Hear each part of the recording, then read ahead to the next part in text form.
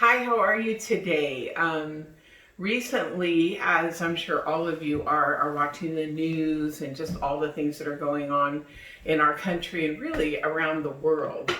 And as I was doing that, I just felt really impressed upon by the Lord, almost like a sense of pay attention to what I'm saying with all the news things that are going on. And so, anyway, I stayed up late that night and went into prayer actually with my son. And at one point in the prayer time, I just really felt like the Lord said to understand the weight of the amount of deaths that have happened since COVID-19 started in the world.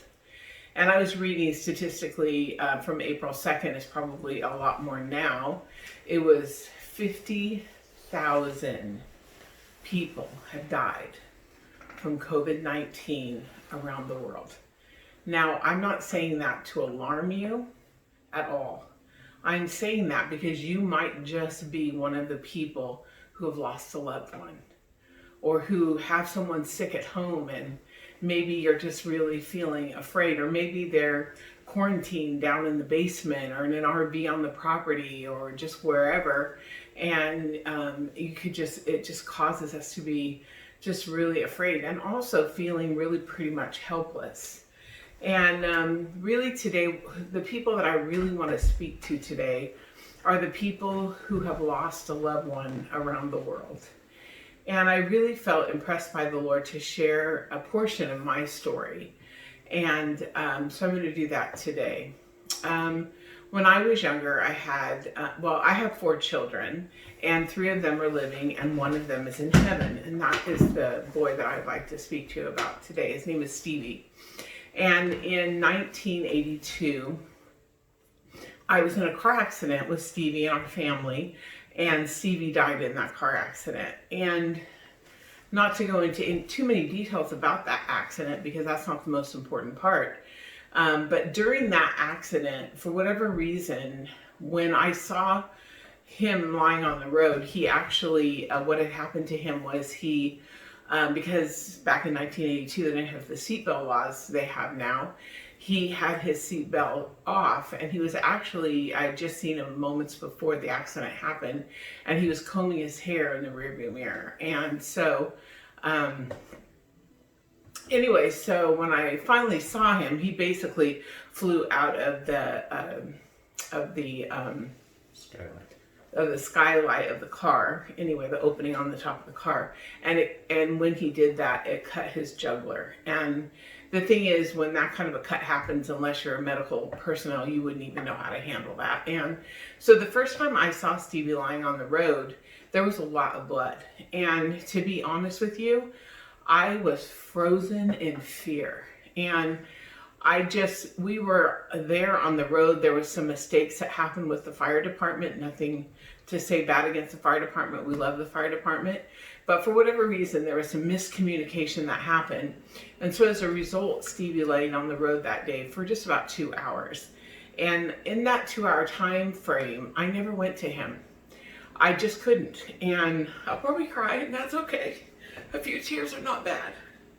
Anyway, but for whatever reason, it could be shock, it could be fear, it could be just being really scared. After the accident happened and I got back into life, which took a little while, I always just felt so terrible that I didn't go to him. I felt absolutely horrible and really guilt-ridden that I hadn't gone to him. Even felt a little bit ashamed as a mom, like, why didn't you go to him? It's the very moment he probably needed you the most. And this went on for probably maybe even just like 15 or 20 years this went on. I just always felt so bad. And the thing is, when there's a death and when there's something that's as final as a death, it feels like, it's kind of an unchangeable thing. The things that happen around that death, you can't change them. You can't go back and fix it. You can't go back and do what you wish you could do. And anyway, so I dealt with the guilt about that. And I know there's a lot of you out there that feel really bad right now because your loved one died in a hospital or in another place in your home, or who knows where, in a makeshift hospital, ICU, by themselves for the most part. And a lot of times, and when that happened to me, what I know is I felt so horrible about that. And the thing is, you aren't in the room with him and you aren't afraid to go to him. You couldn't go to him because of the circumstances of this COVID-19 virus that we're facing really all around the world. But the situation was kind of the same. The fact is, I wasn't there, and I felt guilty about that for many, many, many years. And I kind of felt like that guilt was something I just had to bear almost. How bad I felt about that, I just had to bear as part of the process of grief. Many, many years ago, I was in prayer with a friend. I had gone to a conference. This gentleman, his name was Chuck Pierce, they were praying over people. They were actually talking about people who had been through a significant trauma and how that affected them, and how God heals people who have been in traumas like that, like car accidents or situations like COVID-19. And anyway, during that time, of course, I had a girlfriend with me who really wanted me to go up and get prayer because she knew I had lost a child car accident.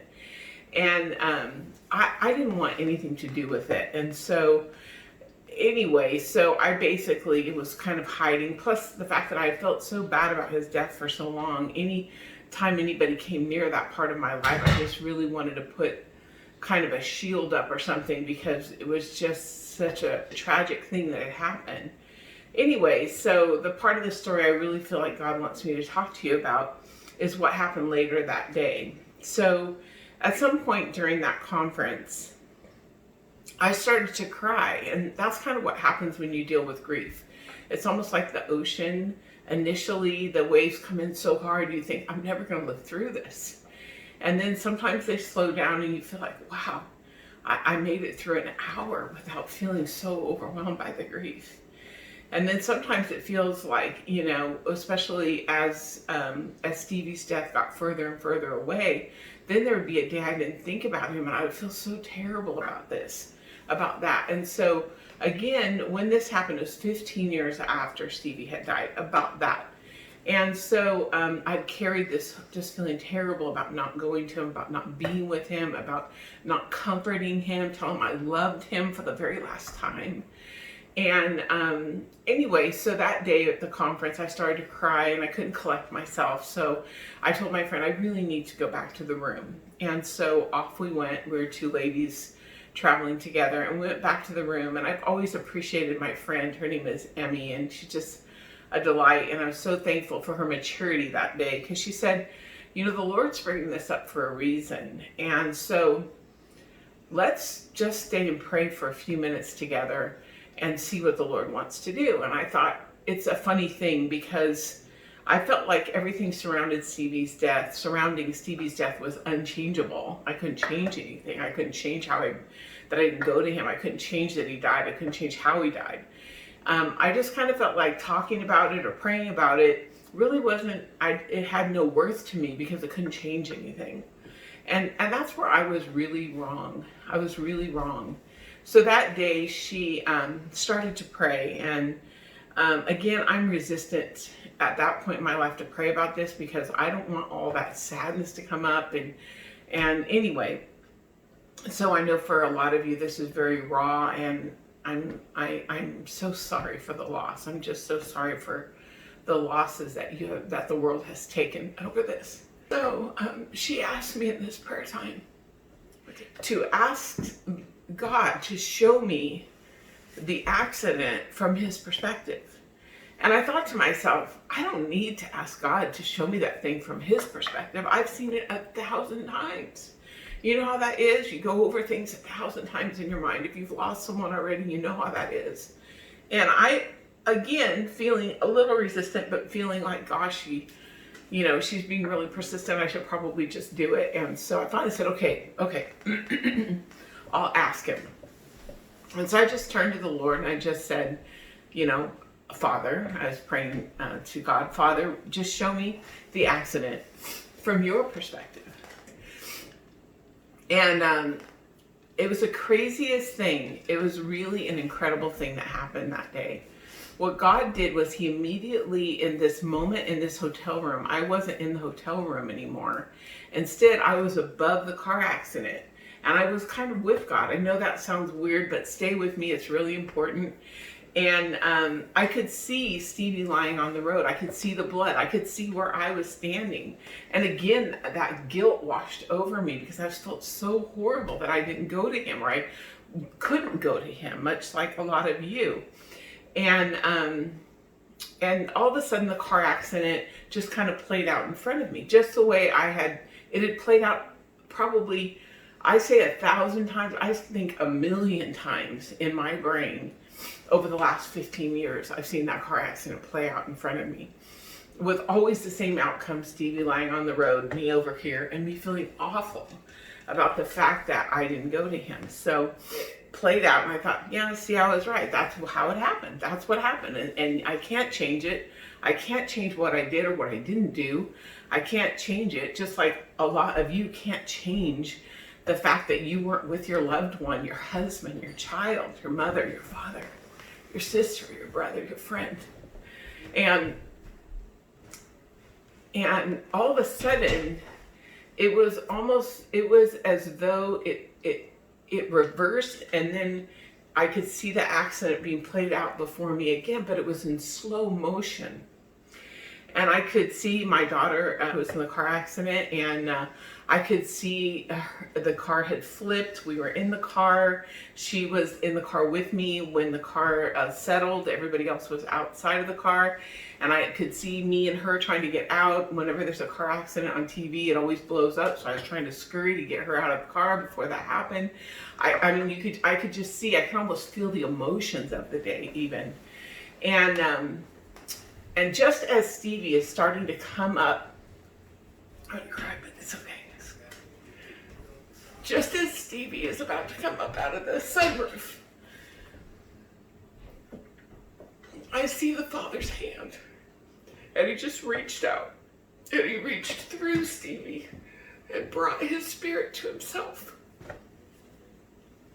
I was shocked because I had seen that scene so many times. I'd seen it so many times, and I was just absolutely just shocked at what I was seeing. And I heard the Lord say, Julie, when you're weak, I'm strong. And on that day, I was weak. I couldn't go to him. I wasn't able to, much like a lot of you were not able to. You would have loved to. Some of you are sick at home. Maybe you're fighting the virus as well, taking care of children, adult children who are sick. And you just are too weak. You were too weak to even do anything to help that one that was with you, your husband again, or your family member. And a lot of people in the world, 50,000 people have died. A lot of people are facing this. And I just really felt like the Lord wanted you to know that just like that day, it's the craziest thing. I had felt guilty about that car accident and not going to Stevie for 15 years, maybe 20 years after he died. But after that day, I never felt bad again because I knew that God had gone to him for me. And I believe he wants me to tell you today that no matter where your loved one was, no matter what the situation, no matter how harsh, no matter how fast they were taken, God wants you to know that not one died alone. Not one. Because he says that when you're weak, when we're weak, when we can't, he will. That day I said to him, as he said that to me, I said to him, you know, God, I don't understand, because I wasn't a Christian then. And he said to me that day, and I'll never forget it, he said, but I was still God. And I just want to say to the 50,000 and probably thousands more by now, that was the 2nd of April, that report, you couldn't be with them, but God was. And I just want you to take comfort in that. I want you to let go of feeling bad and just understand that God, when you can't, God will. When you can't, God will. When you're too weak, God will. Because God is strong. He is strong. And I just want to say again, nobody dies alone. Nobody. Thank you so much for hearing my story today, and I really pray that it helps you.